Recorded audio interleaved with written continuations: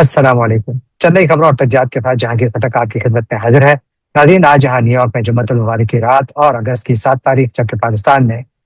ہفتے کی صبح اور اگست کی 8 تاریخ ہے۔ ناظرین، آج تھوڑا کامنٹ کریں گے کہ جو پاکستان جس نئے اگریمنٹ کا حصہ بنا ہے، جو کہ سعودی عرب اور ترکی کے ساتھ ایک دفاعی معاہدہ کیا گیا ہے، اس پر بڑی کمنٹری ہو رہی ہے اور اس میں ایک بہت بڑا سوال اٹھایا جا رہا ہے کہ کیا یہ ایران کے خلاف ہے؟ بہت بڑا سوال ہے، اس پر اس کا جواب ڈھونڈنے کی کوشش کریں گے۔ جبکہ ایک اور سوال یہ بھی اٹھایا جا رہا ہے اب کہ کیا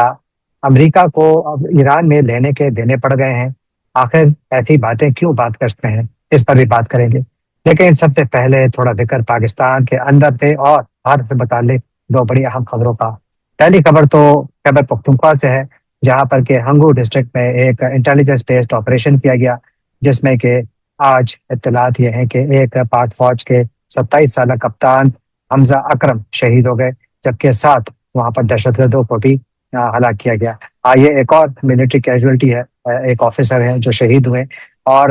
آپریشن جاری ہیں۔ لیکن یہ ہے کہ وہاں پر دہشت گردوں کی موجودگی ہے، اور ان کا خاتمہ فی الحال لگتا ہے کہ ایک بہت بڑا معمہ بن چکا ہے، بہت بڑا چیلنج بن چکا ہے۔ پاکستان اسے نبردآزما ہونے کی کوشش تو کر رہا ہے، لیکن فی الحال وہ کامیابی مل نہیں رہی جس کی پاکستان کو تلاش ہے۔ ایک ایسے وقت جب پاکستان دنیا کے دوسرے ممالک کے دفاع کے حوالے سے بھی معاہدوں کا حصہ بن رہا ہے۔ اور ایک خبر بھارت سے متعلق ہے، بہت اہم ہے۔ امکان اس بات کا ہے، بلکہ بھارت میں اب اس خوف کا اظہار کیا جا رہا ہے کہ شاید بھارت پر امریکہ 100% ٹیرفس لگا دے۔ اب یہ 100% ٹیرفس کس صورت میں لگیں گے؟ آج امریکی سینٹ میں ایک بل منظور ہوا ہے، جس کے بارے میں کہا جا رہا ہے کہ اس کے تحت یہ منظوری جو ہے، اس کی کوئی 86 ووٹ اس کے حق میں آئے، 11 اس کی مخالفت میں آئے، اور اس کا مقصد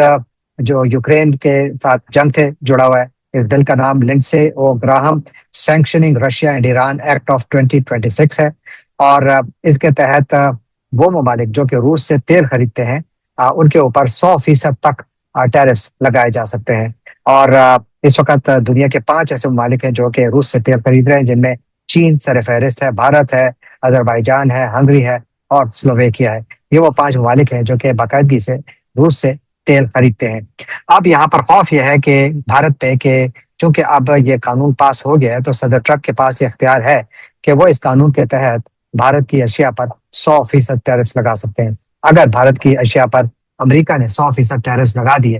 تو جو اس پورے خطے میں جو ایک سیکورٹی کی انوائرمنٹ بدل رہی ہے، اس پر اس کا بہت گہرا اثر ہوگا۔ اب دیکھتے ہیں کہ امریکہ اس سلسلے میں کیا کرتا ہے۔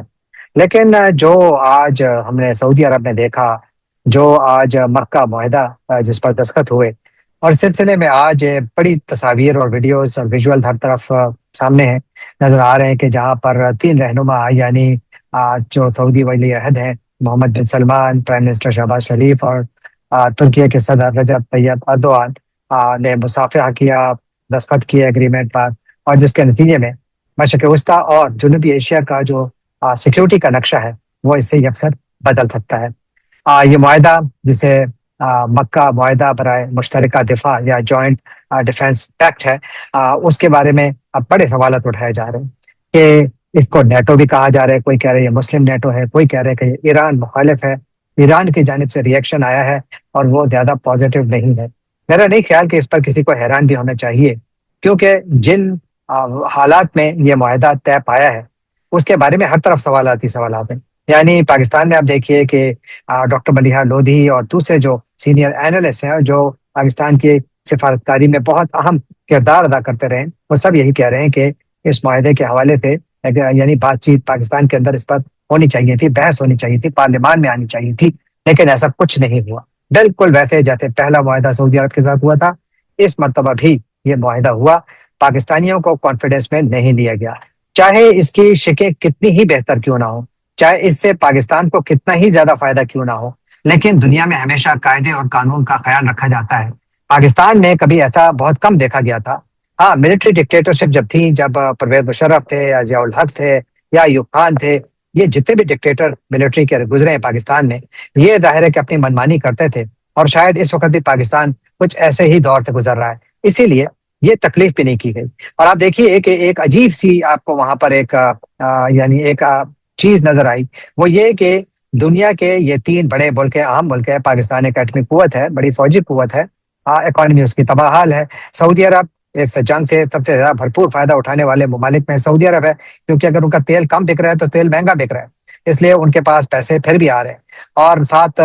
ترکیہ ترکیہ کو اس لیے بھی فائدہ ہے کہ ان کا میں نے کل بھی ذکر کیا تھا کہ اس معاہدے سے ان کو فائدے کافی ہیں، اس کا بھی میں ذکر بھی کروں گا۔ لیکن سعودی عرب سے جو ویژول سامنے آ رہے ہیں وہ بہت انٹرسٹنگ ہے۔ اس معاہدے کے دستخط ہونے کے بعد تصاویر کھینچی گئیں اور ان تصاویر میں نظر آیا کہ شاید پاکستان واحد ملک ہے جس کی فوج کے سربراہ وہاں پر موجود تھے۔ ان تصاویر میں بڑے نمایاں نظر آ رہے تھے۔ تو ایک تو یہ نظر آ رہا تھا کہ اس معاہدے کے پیچھے کون ہے۔ دوسرا، اس معاہدے کے اوپر پاکستان میں، جس طرح میں نے عرض کیا کہ پاکستان میں کسی کو پتہ ہی نہیں تھا۔ آج میں اسلام آباد کے ایک صحافی ہمارے دوست سے میں سن رہا تھا، وہ کہہ رہے تھے جی کہ کل میں تقریباً 4 گھنٹے پاکستان کے فورن آفس میں بیٹھا رہا، وہاں پر کوریج کے لیے جاتے ہیں جرنلسٹ، کہتے ہیں وہاں پر مجھے اس بات کی کہیں میں نے افواہ بھی نہیں سنی کہ پاکستان کوئی ایسا اگریمنٹ کرنے والا ہے، لیکن پھر بعد میں پتہ لگا کہ یہ اگریمنٹ تو پاکستان کر چکا ہے۔ اب سب سے بڑا سوال تو یہ ہے کہ پاکستان میں ایک نیشنل وہ کیبنٹ کمیٹی اور نیشنل سیکیورٹی ہے، ہمیشہ اس قسم کے معاملات کی جو منظوری ہے وہ اس سے لی جاتی ہے، کیبنٹ کے سامنے لایا جاتا ہے، اس سے پہلے یہ پارلیمان کے سامنے پیش کیا جاتا ہے، کیونکہ یہ صرف ایک ادارے یا چند لوگوں کی کمٹمنٹ نہیں ہے، یہ 25 کروڑ عوام کے بہاف پر پاکستان کی جانب سے معاہدہ کیا جا رہا ہے، چاہے وہ پاکستان کے حق میں کتنا ہی بہتر کیوں نہ ہو، لیکن پھر بھی قواعد و ضوابط اور آئین کا خیال رکھنا میرا خیال ہے سب پر لازم ہے، لیکن ایسا نہیں کیا گیا۔ اور پھر ساتھ یہ کہ اس کے حوالے سے جتنی بھی شکیں ہیں ان پر بھی بڑے سوالات اٹھائے جا رہے ہیں، اور کیونکہ اس میں جو ایک بہت بڑی شک جس کا بار بار ذکر کیا جا رہا ہے کہ جی ایک ملک پر حملہ تمام ممالک پر حملہ تصور کیا جائے گا۔ پھر یہ کہا گیا کہ جی ترکی تو نیٹو کا ممبر بھی ہے، اور نیٹو کی جو کلاس 5 ہے، ان کا جو اپنا جو چارٹر ہے، اس کے تحت اگر نیٹو کے ایک ملک پر کوئی حملہ کرتا ہے تو وہ پورے نیٹو پر حملہ ہے، پورا نیٹو اس جنگ میں شامل ہوگا۔ اگر آپ ٹیکنیکلی دیکھیں تو پھر تو اگر ترکیہ کہتا ہے کہ جی ہم پر کسی نے حملہ کیا ہے تو نیٹو کے علاوہ پھر پاکستان اور سعودی عرب بھی اس جنگ میں کودیں گے۔ لیکن اب کچھ اس قسم کی خبریں بھی آ رہی کہ شاید اس کی زبان میں ایسی تبدیلی لائی گئی ہے کہ جس میں نیٹو کو باہر رکھا گیا ہے۔ تو ایک تو یہ امپورٹنٹ سوال۔ دوسرا، دیکھیے ترکیے کی اس وقت اس پورے خطے میں، یعنی ترکیے کے لیے کوئی نیشنل سیکیورٹی کے مسائل ایز سچ نہیں ہیں۔ شام کا مسئلہ تھا لیکن انہوں نے شام کے اندر اپنا ایک بفر زون بنایا ہوا ہے۔ ترکیے کی فوج اس وقت بھی شام کی سرزمین پر موجود ہے، ترکیے کی فوج وہاں پر مختلف دھڑوں کے ساتھ ملی بھی ہے اور ان کے ساتھ انہوں نے اپنے آپ کو محفوظ بنایا ہوا ہے۔ ترکیے کے یونان کے ساتھ بہت پرانے مسائل ہیں لیکن وہ کبھی بھی جنگی حالت تک نہیں پہنچے، ہاں ان کے درمیان مسائل رہے ہیں اور ابھی بھی ہیں، لیکن اس کے علاوہ ترکیے کا کسی کے ساتھ کوئی مسئلہ نہیں ہے۔ پھر اگر آپ سعودی عرب کو دیکھیں تو سعودی عرب کے مسائل حوثیوں کے ساتھ ہیں۔ سعودی عرب کی مخاصمت یا جو ان کی اختلاف ہے وہ سب کو معلوم ہے کہ متحدہ عرب امارات کے ساتھ ہے، ان کا ایک زمانے میں بہت بڑا مسئلہ قطر کے ساتھ بھی تھا، اور پھر سب سے بڑا جو مسئلہ ان کے ساتھ رہا ہے ان کا یعنی اختلاف، وہ ایران کے ساتھ ہے۔ ایران کے ساتھ سعودی عرب کے تعلقات کو نارملائز کرنے میں چین نے بہت بنیادی کردار ادا کیا اور نارملائز ہوئے بھی، لیکن اس کے بعد پھر اب سعودی عرب کو کس سے خوف ہے؟ کیونکہ اگر آپ اس خطے کی تاریخ دیکھیں تو یہاں پر عرب اسرائیلی جتنی بھی جنگیں ہوئی ہیں اس میں سعودی عرب کا کردار تقریباً نہ ہونے کے برابر تھا۔ کہیں انہوں نے ایک جنگ میں ایک بریگیڈ بھیجا جنہوں نے کہ جنگ میں تھوڑا بہت حصہ لیا، لیکن آج تک سعودی عرب کے کسی بھی 1 انچ پر اسرائیل کی جانب سے کوئی حملہ نہیں کیا گیا، نہ ہی سعودی عرب کی جانب سے اسرائیل پر کبھی اس قسم کا حملہ کیا گیا۔ لہذا سعودی عرب اپنے آپ کو اسرائیل کی جانب سے زیادہ محفوظ سمجھتا ہے، وہ اپنے آپ کو ایران کے حوالے سے غیر محفوظ سمجھتا ہے۔ اسی طرح جو اس وقت ایکٹیو انگیجمنٹ چل رہی ہے سعودی عرب کی، وہ تو حوثی باغیوں کے ساتھ چل رہی ہے، یا ایک دور میں نے جیسا کیا کہ قطر کے ساتھ چل رہی تھی۔ تو اب حوثی باغی کون ہیں؟ ایران کے ساتھ ہی ہیں۔ تو جب سعودی عرب حوثی باغیوں کے خلاف بمباری کرتا ہے، ان کے خلاف کوئی فوجی کارروائی کرتا ہے، تو اس کا براہ راست اثر اس کے تعلقات پر، ان تعلقات پر ہوتا ہے جو کہ اس کے ایران کے ساتھ ہیں۔ تو اس لیے اس پورے تناظر میں ایران کی سرحدیں جو ہیں وہ تقریباً 7 ممالک سے ملتی ہیں، اور اسی طرح سعودی عرب کی بھی جو سرحدات ہیں کوئی 8 ممالک کے ساتھ ملتی ہیں، لیکن سعودی عرب کو جو خطرہ ہے وہ یمن اور ایران سے ممکنہ طور پر ہے، لیکن یمن سے زیادہ ہے۔ اسرائیل کا کہیں بھی ذکر نہیں، بلکہ میں آپ کو دعوت دیتا ہوں، آپ صرف ایک سینٹینس لکھیے گوگل میں، ویسے ہی پوچھ لیجیے کہ جی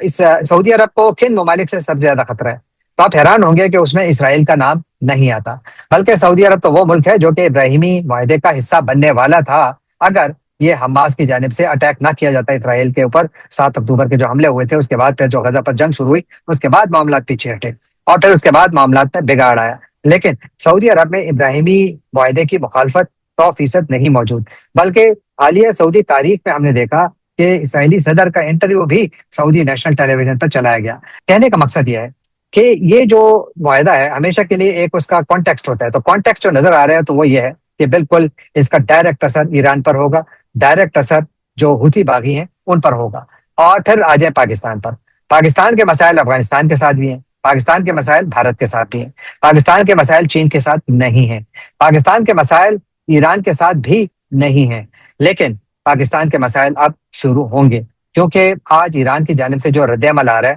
تو وہ اچھا خاصا لائک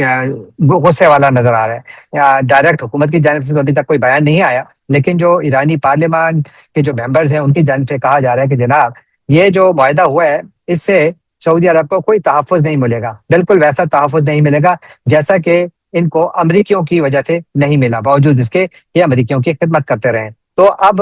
یہ جو ایک عام رائے بائی جاتی ہے کہ کیا اگر یہ کہے بھی کہ یہ جو معاہدہ ہے یہ اس کے خلاف نہیں ہے، ایران کے خلاف نہیں ہے، لیکن بظاہر لگتا یہی ہے کہ سعودی عرب کو سب سے زیادہ حملوں کا خطرہ ایران کے جو اس کے جو ایلائز ہیں ان سے زیادہ ہے۔ تو اسی لیے اگر یہاں پر جنگ ہوگی تو اس میں پاکستان یا ترکیہ کس قسم کا کردار ادا کریں گے واضح نہیں ہے، لیکن پاکستان کے جو بھارت اور چین اور افغانستان کے ساتھ جو مسائل چل رہے ہیں، کیا خدا نہ کرے اگر دوبارہ جنگ ہوتی ہے تو کیا اس میں پھر ترکیہ اور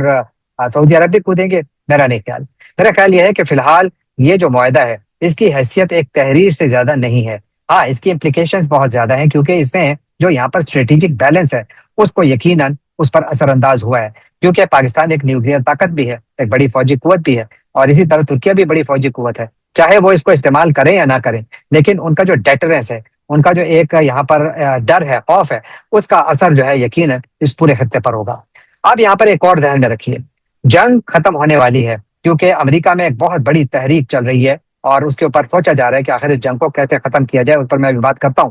لیکن جنگ ختم ہونے والی ہے، اور اس جنگ کے خاتمے کے نتیجے میں یہاں پر جو سب سے بڑی قوت یعنی آئے گی سامنے ابھر کر، وہ ایران ہی ہوگا۔ اور یہ جو معاہدہ ہوا ہے یہ کیا اسی خوف کی وجہ سے کیا جا رہا ہے کہ سعودی عرب اپنے آپ کو زیادہ طاقتور نہیں سمجھتا، وہ اپنے تیل کے راستوں کو محفوظ نہیں بنا پا رہا، وہ اپنی سرزمین کو محفوظ نہیں بنا پا رہا، اس لیے اس کو پاکستان اور ترکیہ کی افواج کی ضرورت ہے؟ میرا خیال ہے کچھ ایسی ہی بات ہے۔ یہ جو معاہدہ ہے اگر کبھی بھی اس پر مکمل طور پر یعنی عمل درآمد کیا گیا تو میرا خیال ہے کہ وہ سعودی عرب کے دفاع میں ہی ہوگا۔ مجھے بہت ہی مشکل لگ رہا ہے کہ اس کو پاکستان کے دفاع کے لیے استعمال کیا جائے گا یا ترکیہ کے دفاع کے لیے استعمال کیا جائے گا، اور اس سے جو اوور آل امپلیکیشنز ہے پاکستان کے لیے وہ بہت زیادہ خطرناک ہو سکتی ہیں۔ یعنی ترکیہ پر اس کے لیے کچھ اثرات محدود ہوں گے، بلکہ ترکیہ کو فائدہ اس لیے ہوگا کہ ترکیہ اپنے ہتھیار یہاں پر زیادہ بیچ سکتا ہے، جو سعودی عرب کے زیر اثر عرب ریاستیں ہیں وہ بھی ترکیہ سے زیادہ اسلحہ خریدیں گی۔ لیکن پاکستان کا مسئلہ یہ ہوگا کہ ایران کے ساتھ پاکستان کے تعلقات میں بگاڑ آ سکتا ہے۔ اگر بگاڑ نہ بھی آئے تو پاکستان اپنا اعتماد کھو دے گا، وہ اعتماد جو کہ ایران پاکستان پر کرتا چلا آ رہا ہے کہ آپ ہمارے ثالث ہیں، آپ ہمارے سلسلے میں بات کریں، اور پاکستان ایک اچھا ثالث رہا بھی ہے، لیکن اب اس معاہدے کے بعد پاکستان کی کیا حیثیت ہے؟ کیونکہ پاکستان تو اب ایک مرتبہ نہیں 2 مرتبہ فریق بن چکا ہے، یعنی ترکیہ جس کی بارڈر ایران سے ملتی ہے، اور سعودی عرب جس کے ساتھ ایران کے تعلقات اس وقت تو ٹھیک ہے بظاہر، لیکن خوف کی فضا آج بھی موجود ہے، رائیولری کہیں نہ کہیں موجود ہے۔ اور ایک اور ملک کو بھی نہ بھولیں، وہ یونائٹڈ عرب ایمریٹس ہے۔ متحدہ عرب امارات کے ساتھ بھی سعودی عرب کی ایک کمپٹیشن چل رہا ہے، ان کے تعلقات ٹھیک نہیں ہیں۔ اب اس معاہدے کے بعد کیا اس کا اثر پاکستان اور متحدہ عرب امارات کے تعلقات پر نہیں ہوگا؟ میرا خیال ہے بالکل ہوگا۔ پاکستان کے لاکھوں باشندے وہاں پر رہتے ہیں، پاکستان کی جتنی اشرافیہ ہے، وہ لوگ جنہوں نے کہ پاکستان میں پیسہ چوری کیا، جا کر متحدہ عرب امارات میں انویسٹ کیا، وہ لوگ بھی اب خطرے میں ہیں۔ اور پاکستان کے جو ایران کے ساتھ تعلقات کی امپلیکیشن جو پاکستان کی انٹرنل سیکیورٹی پر بہت زیادہ گہرے نظر آ سکتے ہیں، کیونکہ اس کے نتیجے میں ممکنہ طور پر ایران میں بھارت کو زیادہ سپیس ملے گی۔ چابہار میں پہلے ہی بھارت انویسٹمنٹ کرتا چلا آ رہا ہے، لیکن شاید اس کے بعد ایران بھارت کو زیادہ سپیس دے گا، اور اسی طرح جو افغانستان ہے اس کو بھی زیادہ ایکسس ملے گی، کیونکہ افغانستان تو پہلے سے چابہار پورٹ کو استعمال کر رہے ہیں۔ جب معاملات ٹھیک ہوں گے تو شاید چابہار اور بندر عباس ہی افغانستان کے مین سٹے ہوں ان کی انٹرنیشنل تجارت کے لیے۔ تو یہاں پر پاکستان کے لیے جو مسائل ہیں، جو سیکیورٹی کی سچویشن ہے، چاہے وہ بلوچستان میں ہو یا خیبر پختونخوا میں ہو، اس میں میرا خیال ہے ایگریویشن آ سکتی ہے، مسائل بڑھ سکتے ہیں، اور اس کا اوور آل جو اس خطے کی سیکیورٹی کی ڈائنامکس ہیں ان پر بہت زیادہ منفی اثر پڑ سکتا ہے۔ اور پھر اس میں آپ چین کو نہ بھولیے، امریکہ اس معاہدے سے بالکل خوش ہوگا، بلکہ امریکہ تو بار بار اپنے دوست ممالک سے کہتا چلا آ رہا ہے کہ جی ہمارے ساتھ برڈن شیئر کیجیے، یعنی یہاں پر جو عرب بادشاہتیں ہیں ان کے دفاع میں آپ ہماری مدد کیجیے۔ تو پاکستان نے ایک میرے خیال میں ایک بہت بڑا رسکی ڈیسیجن لیا ہے، اور یہ وہ ڈیسیجن ہے جو کہ چند افراد نے لیا ہے۔ پاکستان کو کچھ فائدے بھی ہیں۔ ایک فائدہ پاکستان کو جو کہ میں کہتا ہوں آن پیپر ہے شاید، کہ جی آپ کو مشرق وسطیٰ میں زیادہ بڑا کردار، نیشنل جو سیکیورٹی کا ڈھانچہ بن رہا ہے اس میں ایک کردار آپ کو ملے گا، لیکن وہ کردار کیسا ہوگا؟ یہ کردار کا کیا مطلب ہے؟ کیا پاکستان کی سعودی عرب کے ساتھ تجارت 3 گنا بڑھے گی؟ کیونکہ اس وقت یاد رکھیے کہ پاکستان میں بہت زیادہ خوشی منائی جاتی ہے کہ سعودی عرب نے ہمیں $10 ارب دے دیے، لیکن کبھی جا کر پاکستان اور سعودی عرب کے جو تجارت ہے باہمی اس کو بھی جا کر چیک کیجیے۔ پاکستان ہر سال جو سعودی عرب کے ساتھ تجارت ہے اس کا ٹریڈ ڈیفیسٹ تقریباً آلموسٹ $4 ارب کے قریب ہے۔ آپ دیکھیے کہ اگر پاکستان صرف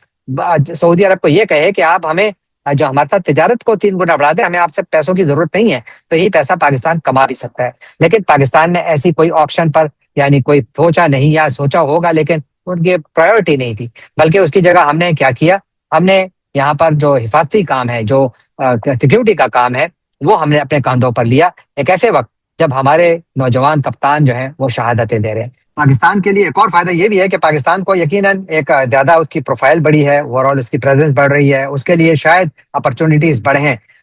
لیکن پاکستان اس کا جو فائدہ ہے وہ کس حد تک اٹھا پاتا ہے؟ ابھی تک تو پاکستان نے نہیں اٹھایا۔ پاک سعودی جو ڈیفینس پیکٹ ہوا تھا گزشتہ سال سپٹمبر میں، اس کے بعد سے لے کر اب تک پاکستان کو کوئی فائدہ نہیں ہوا، ماں سوائے اس کے کہ جی وہ $10 ارب، پہلے $3 ارب دے دیے کہ جی ہم آپ کے خزانے میں رکھ رہے ہیں۔ یاد رکھیے کہ یہ وہ پیسہ نہیں ہے کہ جو آپ کو وہ چندے میں دے رہے ہیں، بلکہ یہ وہ پیسہ ہے جو کہ آپ کے خزانے میں رکھا جاتا ہے، اور شاید اس پر انٹرسٹ بھی وہ لیتے ہیں۔ تو ایسا نہیں ہے، ان کے لیے بھی ایک کاروبار ہے۔ تو پاکستان کو اس میں کچھ فائدہ مجھے نظر نہیں آ رہا، لیکن پاکستان نے یہ ایک ایگریمنٹ کیا ہے، اور اس سے شاید پاکستان نے 1 2 ملکوں کو تو اپنے قریب زیادہ لے آئے، لیکن شاید اس خطے کے چند اور ممالک کو اس پہ ناراض بھی کر دیا۔ لیکن ایٹ دا سیم ٹائم اس خطے کے کچھ اور ممالک شاید اس میں انٹرسٹڈ بھی ہوں کہ اس اتحاد میں شامل ہوں۔ اسی لیے ایک نیٹو، مسلم نیٹو کے اتحاد کا جو ایک کانسیپٹ بنایا جا رہا ہے وہ اسی لیے بنایا جا رہا ہے کہ شاید اس کا نتیجہ یہی ہوگا، لیکن مجھے وہ نظر نہیں آ رہا، کیونکہ مڈل ایسٹ کی ڈائنامکس بالکل مختلف ہیں۔ یہاں پر مجھے اس کے معاملات یعنی اتنی آسانی سے اس جانب بڑھتے